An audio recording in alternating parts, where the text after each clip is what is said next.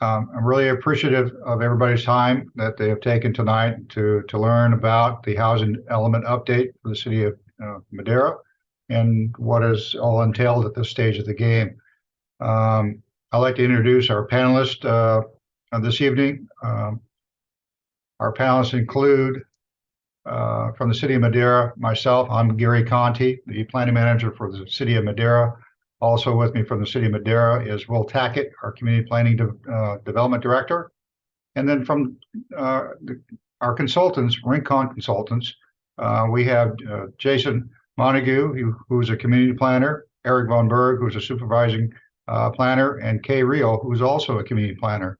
And they will go ahead and do the bulk of the presentation. We're fortunate to have Rincon Consultants providing this opportunity this evening, and that was made through a regional early action planning or REAP grant program that is administered by the Madera County Transportation Commission, otherwise known as MCTC. And MCTC retained Rincon to assist not only the city of Madera, but they also are assisting the city of Chowchilla and the county of Madera to complete their initial steps that are required for the housing element update process. This initial step is in essence completing the housing constraints and fair housing and analysis, and that's the kickoff what this particular meeting is all about. So also what's important to note, tonight's presentation will be both in English and Spanish. The Spanish will be provided in subtitles as the speakers present the information. The subtitles will be presented on the screen along with the PowerPoint presentation. Without further ado, I'd like to go ahead and introduce Jason Montague, who will be taking the lead on the PowerPoint presentation this evening. All right, Jason? thanks. Thanks, Gary. Let me just share my screen here. We'll test that out. So can you see the PowerPoint and can you see the translation? Yes. All right. So let me just get my notes here. So thank you everyone for joining tonight. My name is Jason Montague again. I'm with Rincon Consultants, helping the city of Madera out with this workshop and a few items of the housing element. And without further ado, we'll start this first workshop. So this first workshop is for this housing element update. The intention of this workshop is to just really say hello, introduce the topic of the housing element, and then lay the groundwork for the rest of the project. So here's a general outline of the presentation for tonight's workshop. So we'll start with a general housing element overview and discuss what a housing element is.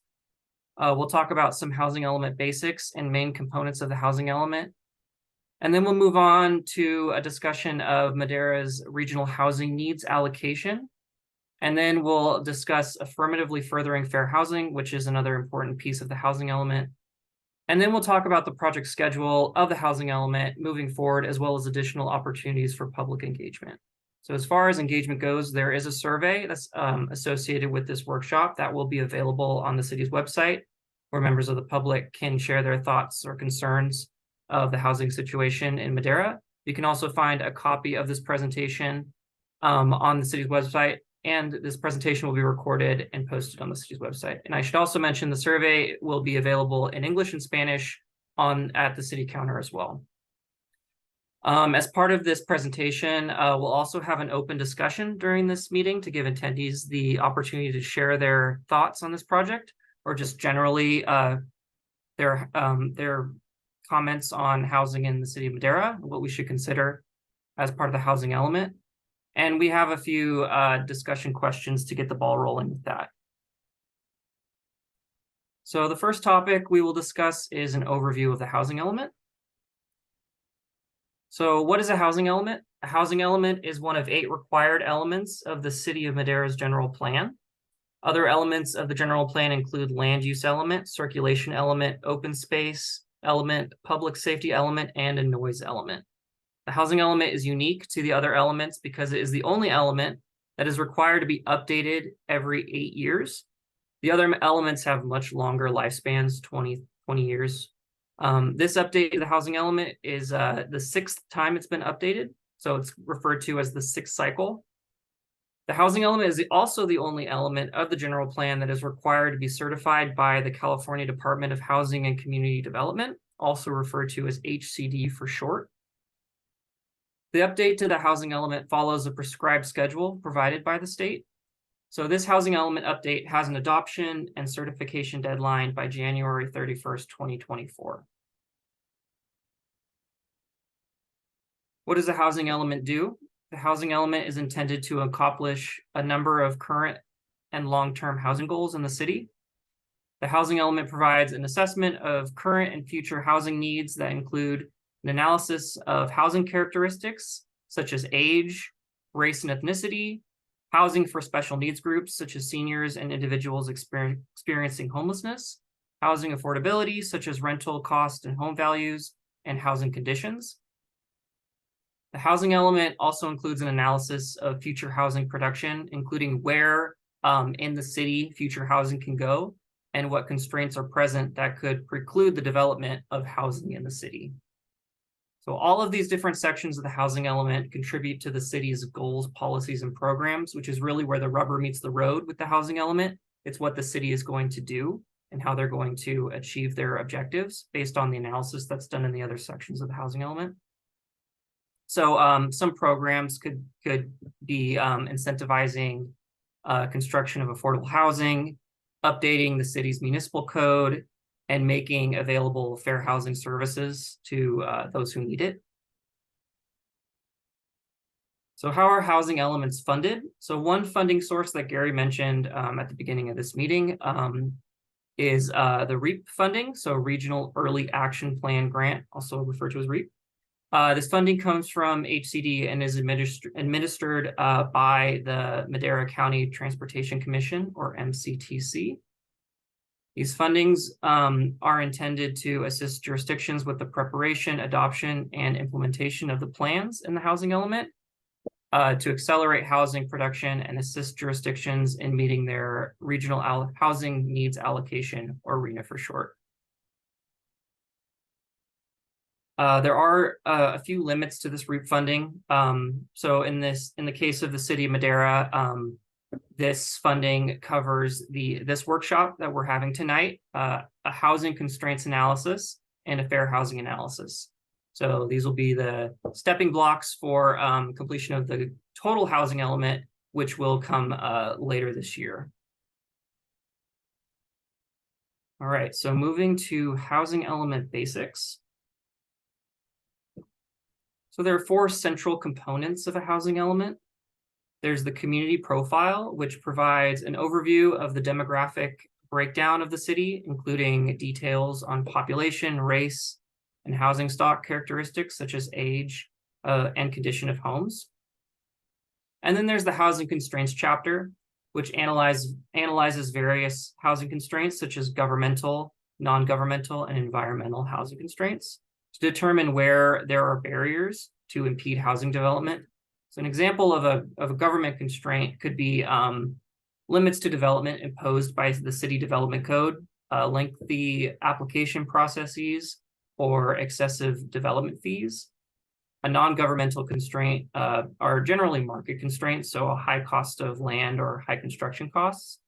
And then environmental constraints are pretty self-explanatory. They include natural hazard risks such as flood zones and fire zones and endangered species habitats that might limit where housing can be placed. So the next component is the housing resources chapter, which provides an analysis of the housing resources available in the city. This chapter provides detailed information on where and how the city could accommodate their future housing needs, calling out specific sites that would be adequate for housing.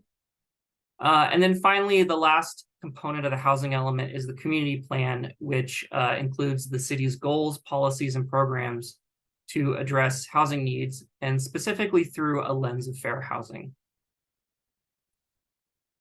There are a number of housing element objectives the housing element seeks to accommodate. A few of them are preserve and improve existing affordable housing, maximize housing opportunity throughout the community, assist in the provision of affordable housing, remove governmental and other constraints to housing development, and to promote fair housing and equal opportunities for all. So these objectives are accomplished through the analysis presented in the housing element, as well as the goals, policies, and programs that are intended to that are included in the community plan to ensure that current and future residents have access to adequate housing. There is a number of key legislation. There's been a lot of housing element legislation passed in recent years. Here's a list of some of the kind of the most prevalent ones. I can go through them quickly. SB 35 streamlines the approval process of affordable housing. AB 1397 establishes site analysis requirements for housing elements. AB 686 requires that jurisdictions complete a fair housing analysis. SB 166 has to do with making sure a jurisdiction has enough sites that are adequate for future housing. There are a number of accessory dwelling unit bills to incentivize, promote the development of them. AB 1763 is a density bonus law that allows for more units for housing projects if certain criteria are met. SB 330 is the Housing Crisis Act, which accomplishes a number of things, including streamlining the permit process. AB 139 requires that the city has adequate emergency and transitional housing to meet its need. And then SB 6 standardizes the site inventory analysis and expands the availability of residential developments on properties owned for retail and office space. So there are quite a few laws that must be taken into consideration when preparing the housing element. So this is just a number of the laws that need to be addressed. So why is updating the housing element important?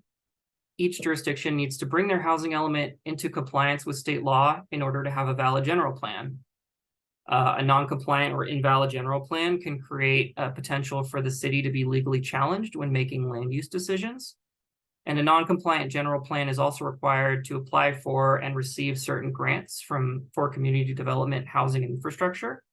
So a non-compliant housing element could mean a non-compliant general plan, which could mean missing out on potential state and federal funding for housing and community development. Okay, so now we're going to briefly talk about the Regional Housing Needs Allocation, or RHNA for short. This is really the process. You might have heard of the term site inventories, where the city needs to select housing sites to accommodate their future housing need. So what is RHNA? The RHNA is a determination of existing and future housing needs for each city and county in California for the next 8 years.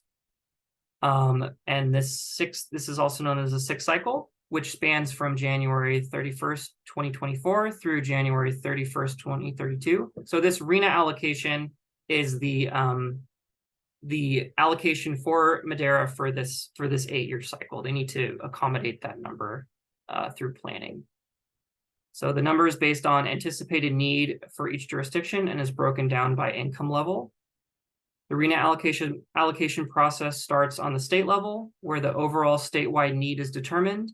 Then each metropolitan planning organization, and in this case, the Madera County Transportation Commission, MCTC, allocates a RHNA to each individual jurisdiction, as you can see on the diagram. The RHNA total is the number of residential units that must be planned for in the housing element. So here's the city's RHNA compared to the region, the city of Chowchilla, and the unincorporated area of the county. It's a little less than half of the entire county.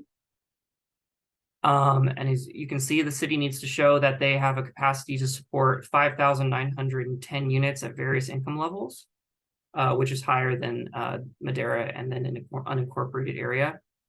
One thing about the RHNA allocation that's important to remember is the city does not need to build these units. That's not the role of the city to do. What they do need to do is ensure that there is enough space and enough adequately zoned land for this future housing. So that means through zoning, through residential zoning, they need to have enough density, enough land, and enough sites with infrastructure such as water and wastewater utilities. And if they don't have enough land, then they will likely need to rezone land to accommodate their arena allocation. So just an important distinction that these units do not need to be built. That is up to the private sector and developers.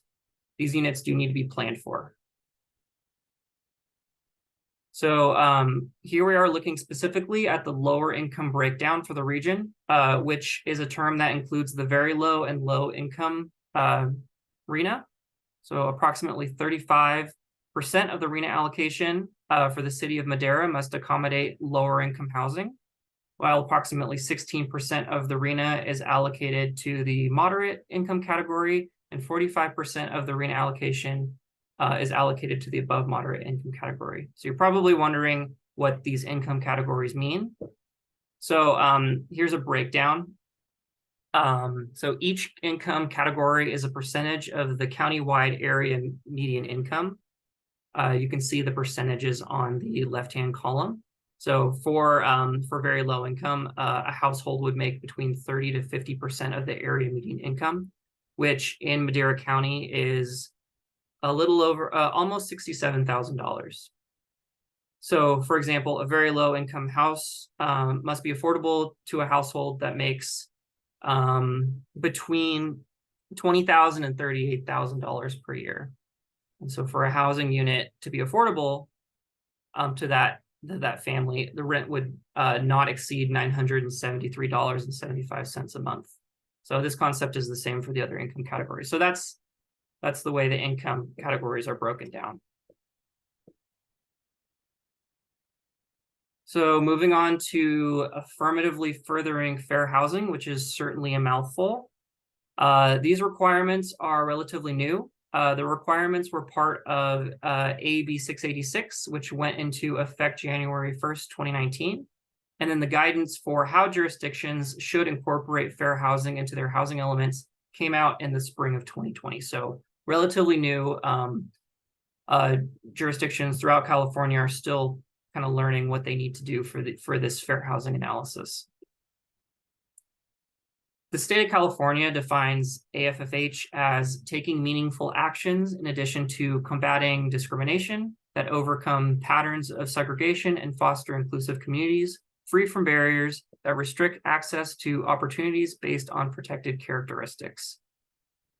So in taking meaningful action, the AFFH seeks to combat housing discrimination, eliminate racial bias with regard to loans and housing choice, undo historic patterns of segregation, lift barriers that restrict access to housing, and then ultimately foster communities and achieve racial equity, fair housing choice, and opportunity.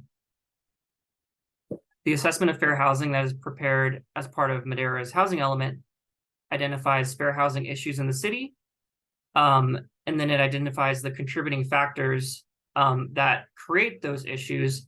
And then the intention is to introduce meaningful actions to combat those contributing factors. So there are 5 overarching categories that make up an assessment of fair housing based on state requirements. So all of these different categories, these 5 categories, must be discussed on both a local and regional level. The first category is fair housing enforcement and outreach. So on the outreach side, the assessment of fair housing must include a discussion on the city's ability to disseminate fair housing information. And on the enforcement side, the city must discuss their ability to address compliance with fair housing laws, as well as discuss any findings, lawsuits, enforcement actions, or settlements that have occurred related to fair housing or housing discrimination. The second overall topic is integration and segregation patterns and trends.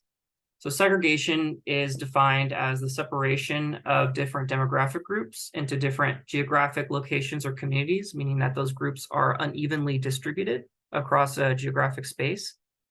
And then integration means there's not a high concentration of a particular demographic group within a geographic location. So the assessment of fair housing must provide an analysis of segregation and integration through the lens of fair housing, looking at historic patterns over time and geographic trends throughout the city and region. An assessment of segregation and integration patterns and trends could include an analysis of race and ethnicity. Are certain racial or ethnic groups unevenly distributed or concentrated? Income, are there concentrations of low-income individuals in certain areas of the city? And persons with disabilities, are there concentrated areas, or are these people integrated throughout the geographic location? The third topic is disparities in access to opportunities. So this analysis looks at disparities in certain areas compared to others, and also looks at historical trends.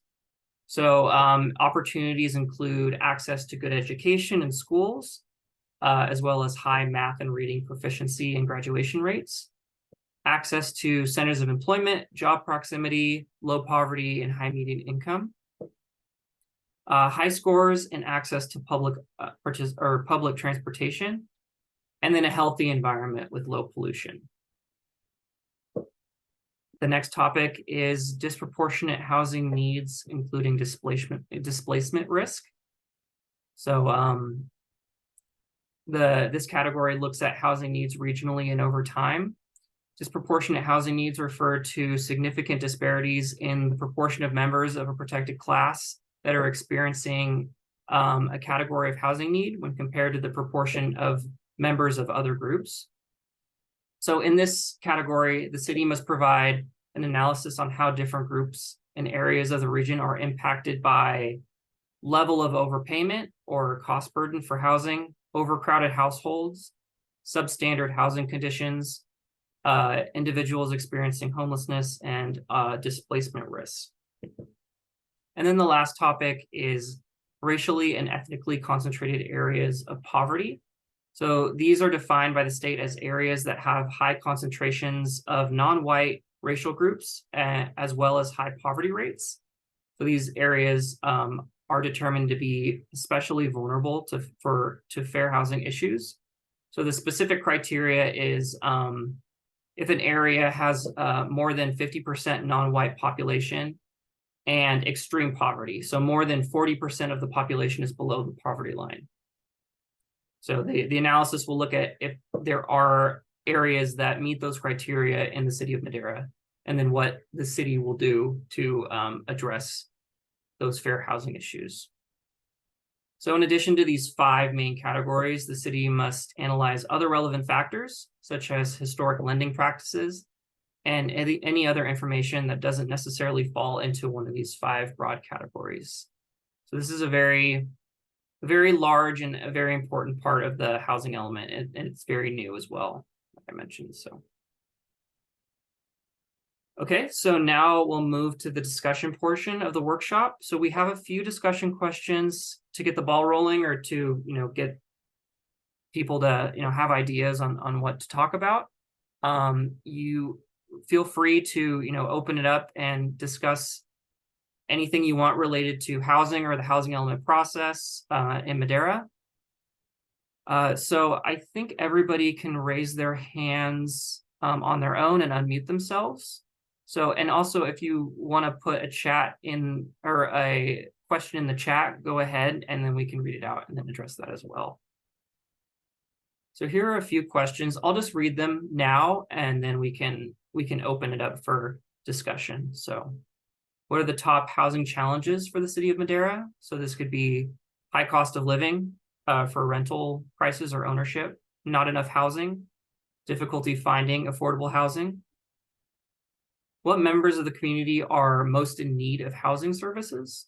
So if you think of a certain group, seniors, individuals experiencing homelessness, farm workers, large families. And then what kind of tools and strategies would you like the city of Madera to consider to improve housing? So this could be allowing for higher densities in the city, streamlining the permitting process so it doesn't take so long, relaxing development standards, incentivizing affordable housing, or incentivizing ADUs. So with that, I will stop talking, and we can have a discussion. If anybody wants to just raise their hand, and we'll call on you.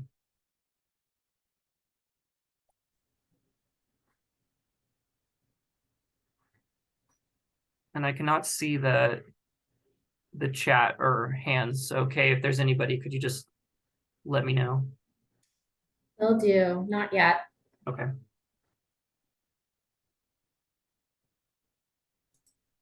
This is Barbara Thomason, and I have my hand raised, but I don't think you can see it. I do have a question. I'm a property owner that has rental properties, and I've seen the difficulty that people have with finding a house that they can afford. I've always kept my rents very low, way too low. And since my husband passed away 3 years ago, I have had to increase my rents, which hurts the tenants or prospective tenants. I had one 3-bedroom, 2-bath house in a nice area. I was renting for less than $1,000 a month. Have a line of people standing in line to rent it. It wasn't good for me. And when those people moved out, the next tenants, the rent was $1,600. So you can see how low it was. And my friends in real estate say it's still too low. So people just can't find a house. I mean, I have people all the time asking me if I know of anything, if anything's going to become available. So that coupled with the homeless problem that I see, I don't know how Madera has fallen so far behind. If we've been doing this process for 40 years, what happened? I mean, what happened in Madera that made us so short of housing?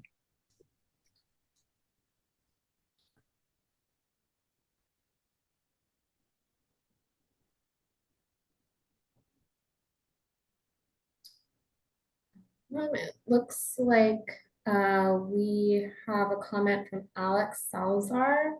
I'll read it out. Housing affordability is an issue across all income brackets in Madera. Available rental and home ownership opportunities are limited. Inventory is low. We do need not only rental and rental investment incentives, but also home ownership incentives too. Thank you.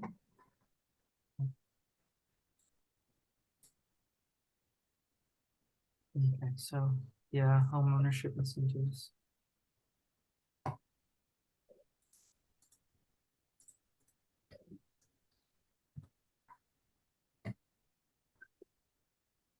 Well, I will say, Barbara, it's not just Madera, it's the whole state of California that's behind on housing. I will echo exactly what Eric is referencing. You know, the state of California and other parts of our country have caught basically flat-footed. And some of it's the result of the prior recession that we had.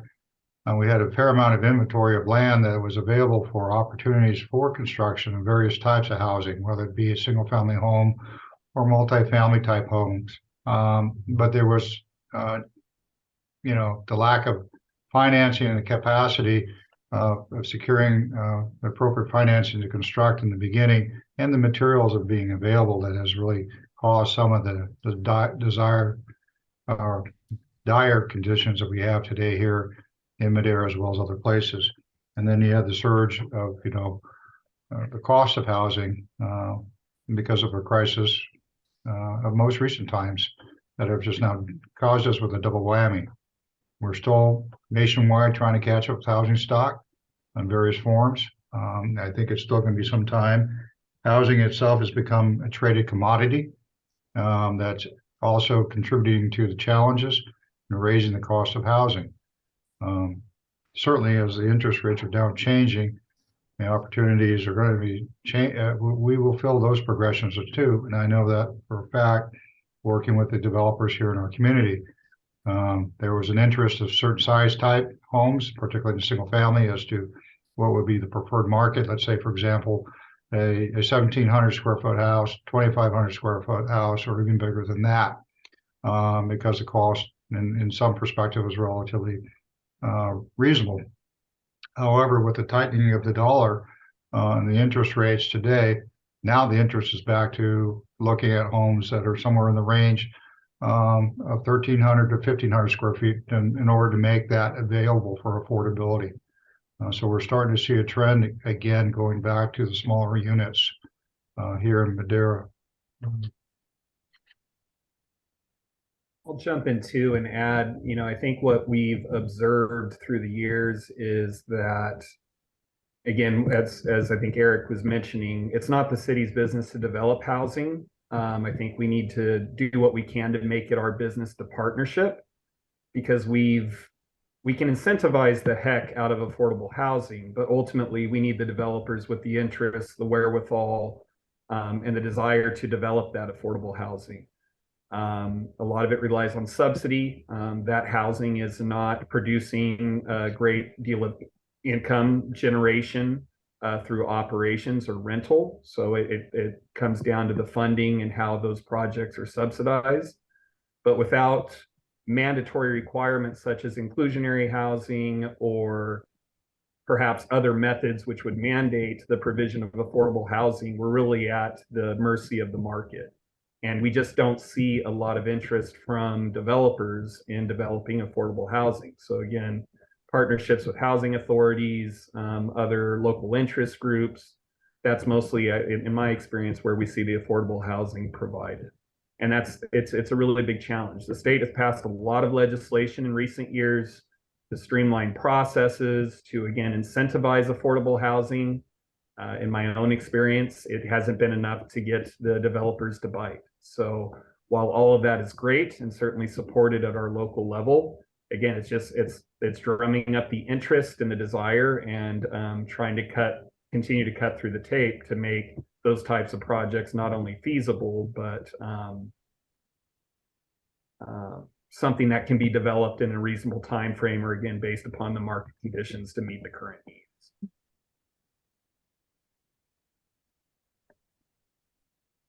Well, it seems like from my experience, there's not a day go by that I don't get a phone call, a text, or an email asking if any of my properties are for sale. So it looks like the people that have some money to do some things, they're not going for big projects. They're buying something already existing, which doesn't add to the inventory of houses available. They're looking for something that they can rehab quickly, turn over, and make $1 on. So I've never really checked to see how big of investors those are that do it, but it's a constant contact that I have with people saying, is anything for sale? So they're not really adding to the housing inventory. I could see that as being valid myself. And it's, I don't know that it's big investors or big developers. I mean, we see it on television every day now, right? Flip or flop kind of a thing. And I think that's added to a proliferation of a development industry that have realized in good market conditions, there's money to be made simply by acquiring existing housing stock and flipping it, especially when a market is good and housing prices provide the profit margins that they're after. So I think that's a very valid point. If I was younger, I'd build a village of small houses, but I'm all through with, adding to any rental property. But some of it's because of experiences you have when you rent property, and some of it it's a lot of work, and it's not all profitable. I know that people think that when they give me $1,000 in rent, it goes in my pocket, and I wish they were right. I spread that money out to taxes and everything else, so it's not as profitable as some people think it is. You're absolutely correct, Barbara. Owning a house is not cheap when you think about it in the long run. There was a time way back, a good colleague of mine was a banker, said if you break even by the time you're done with your home, you've done well. Not to say today where you see big margins when people do sell their homes, that maybe not as true anymore, but it does cost to maintain a home. It does cost due to the maintenance of it, your taxes, as you referenced to, and ensuring there's adequate reserve to cover when the roof is required or when a new water heater is in demand, and so on and so forth. You have to have that resources available to you because your tenants do expect that to be replaced when they do fail. Yeah, we hear in recent time, in the last 3 years or so, the city has somewhat been blessed with providing some affordable housing to reach some of our very low and low income members of our community. We have built the two apartment developments in our downtown on C and Fifth Street, one for which was dedicated specifically towards meeting some of the housing objectives for our veterans in our community. The other for a multifamily dealing with families with children, providing a roof over the head. And last of late was the self-help project that is adjacent to Highway 99, just south of the Madera Avenue on the west side. Those are all contributing toward those needs that Jason has identified as part of our arena. That is part of our current cycle for housing responsibilities. Certainly, we did not, I'll be honest, meet all our expectations for the arena requirements as part of the fifth cycle of the housing elements required for a general plan. And we're certainly hoping that we will do a better job in trying to incentivize and encourage the abilities to go ahead and meet our goals that have been expected by and through RENA. Gary, are those projects you mentioned, are those affordable because they're deed restricted by the city? They are yes, they are deed restricted. All three have a 30-year program to them. Okay. And maybe Yes. that's something important to note for those attending. Deed restrictions can also run a term from from 30 to I think 55 years to secure that level of affordability. And again, that's not always something that's attractive for a developer. Cynthia has her hand up. Go ahead, Hi, Cynthia. thank you. Yeah, my name is Cynthia Ortegon. I'm with the City of Madera ADA Advisory Council. We work with the senior disabled community. And we're always advocating for affordable housing. We have 3,000 people on a waiting list for Section 8 vouchers. And that's been about 3,000 since I've moved to Madera 20 plus years. So we need affordable housing. And if you get a Section 8 voucher, that's guaranteed income. It's not a lot of income. I mean, if we made little small houses or something, but there's guaranteed income from the state level and the federal level for developers who are looking to get their name on the market. We're really advocating too for aging in place where houses are built where people don't, it's all one level and no stairs, bathrooms are, all accessible, all that stuff, so that people don't have to move their house if they get older, and move into a different facility or even a nursing home. And from what I heard from the city people, that Madera is going to be a bedroom community for Fresno and the Bay Area. So I really think the housing market is going to boom here. It's just not happening right now. Thank you.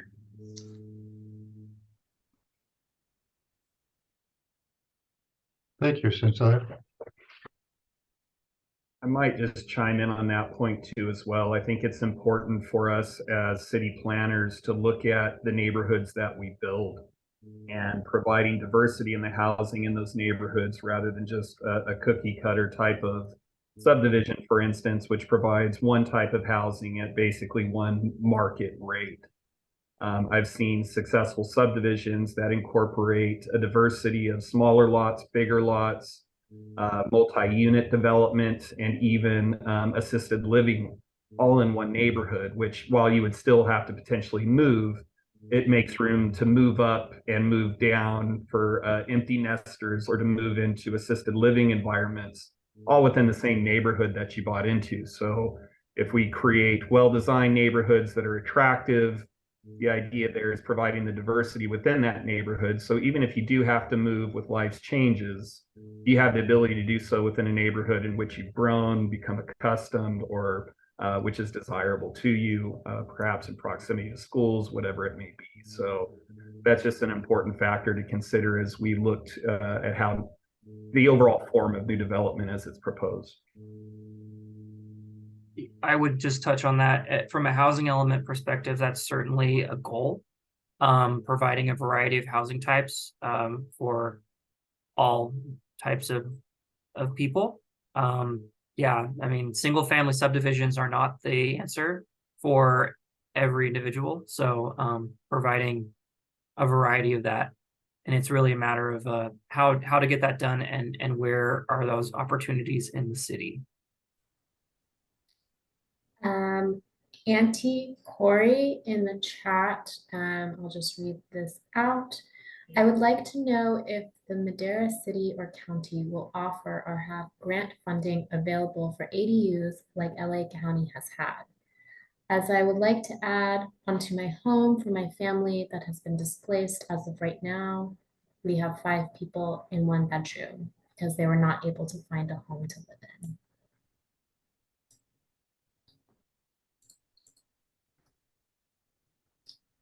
What I can offer outside of potential grant funding, San Joaquin Valley REAP has commissioned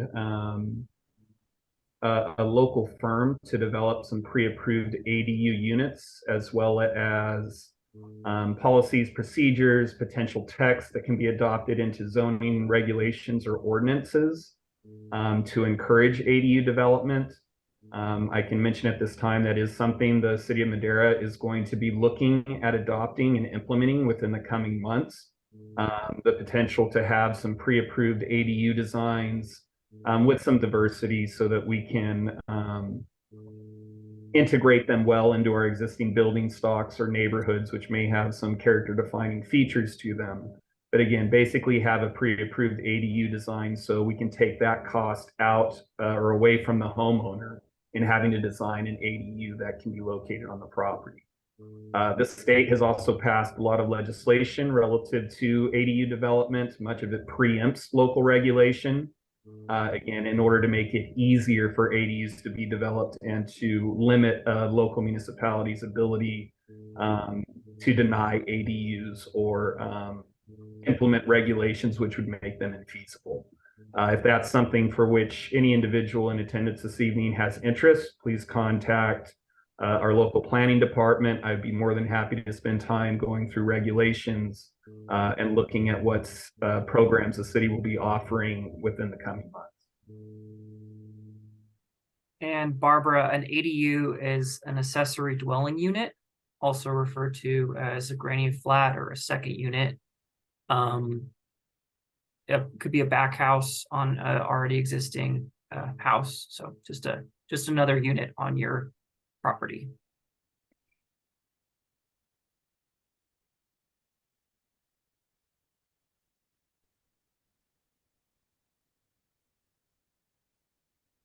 It's a way to add more housing into an existing neighborhood. Right. Correct. And today, the city does and has received applications for building permits to construct ADUs in various different areas in our community. They are obviously easy to place within some of our older parts of our community, given the appropriateness of the size of the property. You do have some restrictions as far as the space that one has to construct. For example, placing an ADU in one's backyard.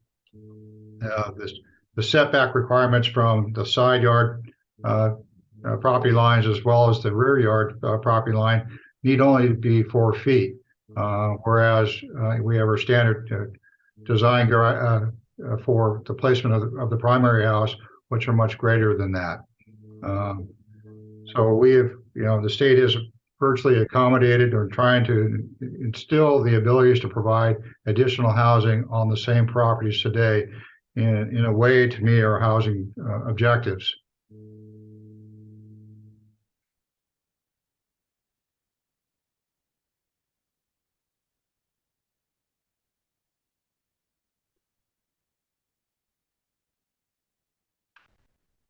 The ADUs are also, we have what we refer to as the detached ADU, which is separate from the main house.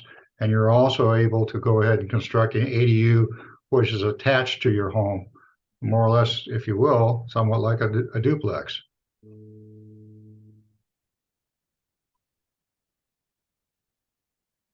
And then there's There is quite a bit of flexibility. There's also what the state defines as exempt ADUs, which may be exempt from development impact fees. Again, they're further bringing down the cost of development. There's actually quite a bit of flexibility afforded through the state legislation now to make ADU development more feasible. So again, if it's something of interest, please contact our planning department. We'd be more than happy to spend time with you going through the regulations and what you may be able to do with your property.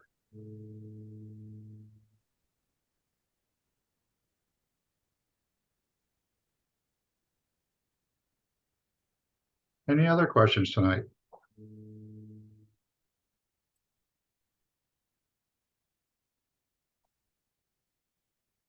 All right, I'm not seeing anything in the chat as well. Well, there's a couple more slides. So thanks for the great discussion. Yeah, a lot of good topics covered. So looking forward to future workshops and future discussions about housing. So let's go to the project schedule moving forward. So here's the project schedule. Moving forward, we have community meeting number 1 tonight. The housing survey, as I mentioned in the beginning of this presentation, will be launched and can be found at the on the city's website, as well as the front counter in English and Spanish. Following up from this workshop, follow-up from this workshop will take place in April and May. And then the administrative draft constraints analysis and AFFH analysis will be made available to the public in the spring and summer of this year. And last slide, please take the survey. So the results of the survey will be used to influence and drive the housing element. And then again, the survey is available on the city's website and at the counter.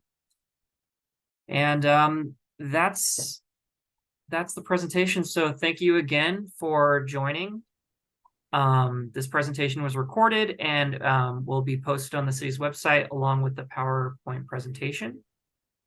Yeah, Gary, do you have any final words for us? Yes, I do. And thank you, Jason, for doing the presentation this evening on the housing element update in the first part of the process. I want to first also make a mention regarding to the survey that will be made available. The survey will be made available, I believe, tomorrow. If I'm not mistaken, Jason, we will have that on our line or on our website that you can gain access to, and we'll also make it available here at the City Hall in the various different locations. The survey will be presented to you to utilize SurveyMonkey. If you're not familiar with that, that's basically that's a fill-in type of survey where you just enter your information and then hit send, and it goes into the organization that processes the SurveyMonkey surveys to be analyzed and aggregated so that we can get useful information from that. There's an opportunity, of course, to provide there are questions that enable you to go and do some write-in on some of those questions, but it'll ask you various information as what you believe is important to housing here in the city of Merced, what's needed, what we're short of, how we can best approach that. It will look as to locations of our community as well. It'll inquire to help us get a better understanding of those who are providing the survey. Well, it does provide or ask you is roughly where do you reside? Certainly, we're not identifying what street specifically, but basically somewhat of like the quadrant areas of our community, so that we get an understanding of who's responding and where those concerns are being raised at. And we're hoping that we get a cross perspective of our entire community with that survey. And again, I want to thank all those who are on the panel that did the presentation this evening and who has been part of that in the preparation of it. And I also more importantly, want to say a great shout out to our citizens of our community that take their time out this evening and participate in this community workshop. Thank you very much. Right. Thank you. Have a good night. Thank you. Thank you.